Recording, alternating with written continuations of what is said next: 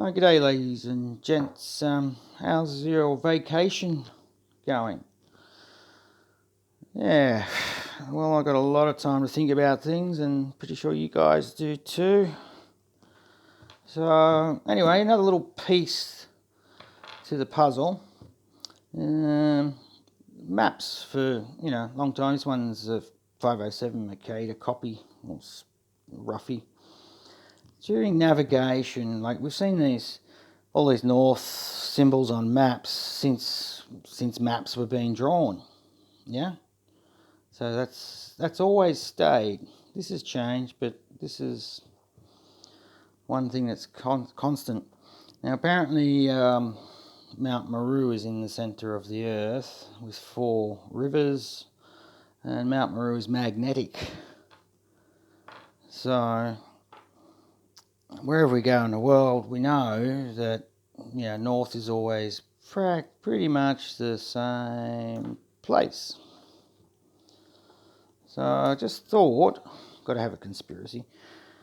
What if you had like the Stone of Destiny or some other rock, and you took it over here, say somewhere.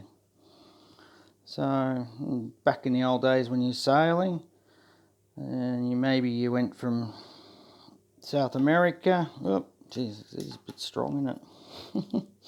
So maybe you were going from South America, sailing your boat, and you normally come around over here, but your compass is telling you, oh no, we've got to keep going further this way.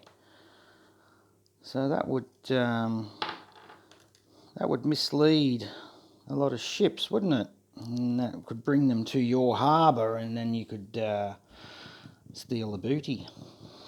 Now, I did see somewhere where lighthouses, they were complaining about them at one stage because they were leading ships at night onto the rocks, which is a pretty sort of despicable thing to do, really, isn't it, when you think about it, just for the loot.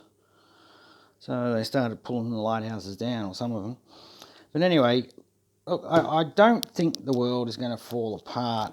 Not the way it did in 1929, 1939. There's, in the US alone, 4 million hobos. And that means people just wandering around, looking for work, looking for jobs, looking for family, looking for a place to stay. Imagine it would have just been a really, really torrid time. But the hobos developed a language system, symbols, and they'd write them on the front of the house, out on the road, on a pole, maybe down below the letterbox or something, to let other travellers know what to expect. So usually anything with a circle has an arrow through it. It's a good road, or this way. That one's bad water. Triangles, most of them are danger. C is the owner is home. Square is a food.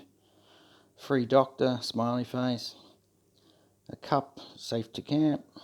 Arrowhead or knife or sharp points, defend yourself. So you might come across a bunch of symbols like this just randomly somewhere out on the road, and that would be an indication to other travellers of what to expect, or move on, or stay here. Or so there was all sorts of ones like angry owner, man with gun, bad dogs, all sorts of things. But anyway, things have to get pretty darn bad to get back to this system, and to get back to this system. If you've got a bug out bag, and you've only got a compass, then things have gone really pear-shaped. And I don't know. I think if things got that pear-shaped, you're probably better off being an urban survivalist than a jungle survivalist. The only reason you've been out in the bush is because of the zombie virus. Another conspiracy. Anyway, I hope you are all good and well and treating each other exceptionally well. Because you're all precious, we're all precious, we're all beautiful. And don't let anyone else tell you any different. Alright, let me know. Cheers.